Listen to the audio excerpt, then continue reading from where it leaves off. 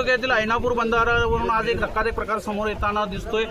जो भारत पेट्रोलियमची इंधन वाहतूक करणारा ट्रक आहे तो आज ऐनापूर बंधाऱ्यावरून हिरण्यकेशी नदीत जाता जाता वाचलेला आहे। आपल्यासोबत आता पिंटू मंगले आहेत, त्यांच्याकडून आपण अधिक माहिती जाणून घ्या। पिंटू, हा सगळा काय प्रकार आहे? नमस्कार।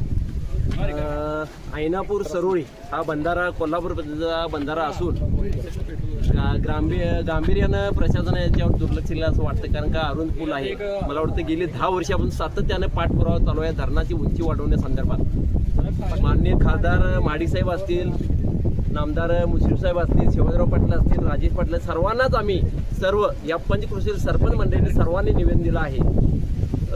मोठा अनर्थ इथं घडला असता, कारण रिकामी टँकर इथं जात असतेवेळी ट्रकचा ताबा सुटल्या कारणाने ड्रायव्हरचा मोठी दुर्घटना टळली आहे। तरी एक साईडला तरी टू व्हीलर वाहतूक एक साईडनं चालू आहे, तरी प्रशासनाने याची दखल घ्यावी आणि याची लवकरात लवकर विधानसभेत या सर्व आमदार खासदारांनी याची दखल घ्यावी। धन्यवाद।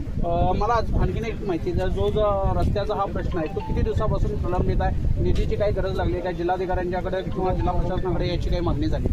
मला वाटतं गेली 10 वर्षापूर्वीच माननीय जे सेवानिवृत्त घेतलेले दौलतराव देसाई यांचे त्यावेळीच मला वाटतं 10 वर्षापूर्वीच मी ज्यावेळी माझी डेप्युटी सरपंच होते त्यावेळी त्याचा पाठपुरावा केला होता।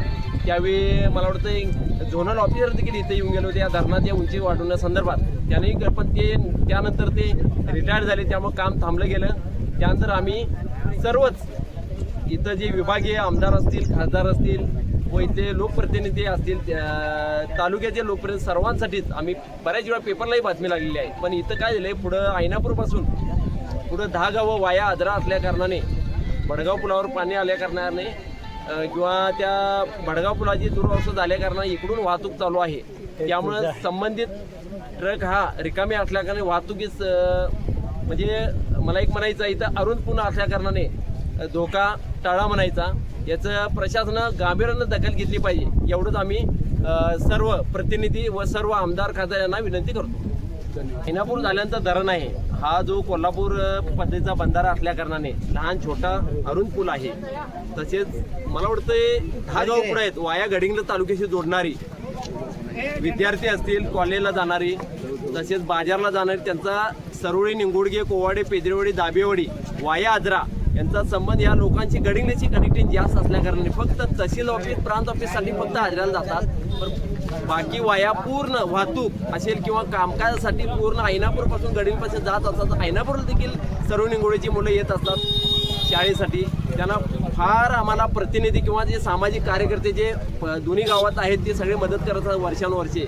याची खरोखरच मनापासून या सर्व आमदार खासदारांना यांनी दखल घेतलीच पाहिजे, कारण हे थांबलं तर थांबलं, हे अनंत व्हायला वेळ लागणार। याच्यापूर्वी एक किरकोळ दुर्घटना देखील होऊन गेलेल्या आहेत, त्यामुळे याची प्रशासनानं 100% दखल घेतली पाहिजे। यांना सर्वच आम्ही सर्व प्रतिनिधी, ग्रामस्थ या पंचकृषी सर्व मिळून आम्ही त्यांना विनंती करतो। धन्यवाद।